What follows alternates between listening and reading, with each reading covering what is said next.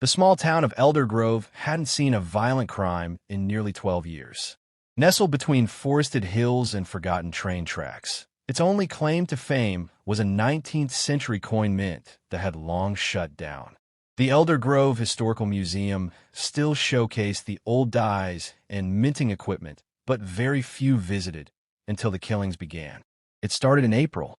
Marvin Delaney, a 73-year-old retired coin dealer, was found dead in his home. No signs of forced entry, no signs of struggle. Just him, slumped over his kitchen table with his glasses still perched on his nose, eyes wide open and glassy. The cause of death, cardiac arrest.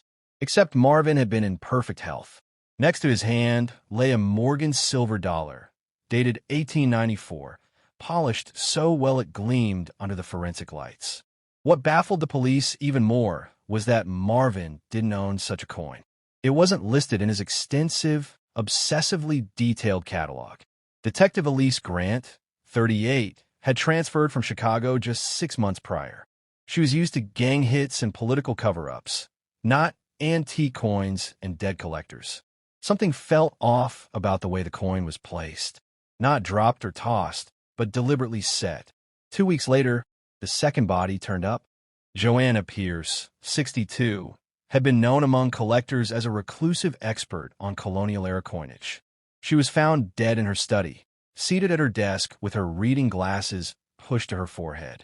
A coin balanced on the back of her hand. This one was a 1787 Fugio cent. Rare, pristine, and not one she ever owned according to her auction histories. The media dubbed the case the coin collector killer. Elise hated the name, but it stuck. Forensic teams found no fingerprints on the coins. Each crime scene had no signs of entry, exit, or struggle. Clean, precise, intentional. She pulled up coin show rosters, online forums, auction records, any connection between victims. One thread stood out. All had been recently contacted by a buyer named F.C. Hastings. But there was no ID, no credit cards, no online footprint for any F.C. Hastings. Just an email. And it was always deleted within days of contact. The break came when Elise found a witness, a 14-year-old boy delivering newspapers in Joanna's neighborhood. He remembered a man with gloves and a navy overcoat, standing on the porch the morning before Joanna was found dead. "He gave me a silver coin for a tip," the boy said, pulling it out of his pocket.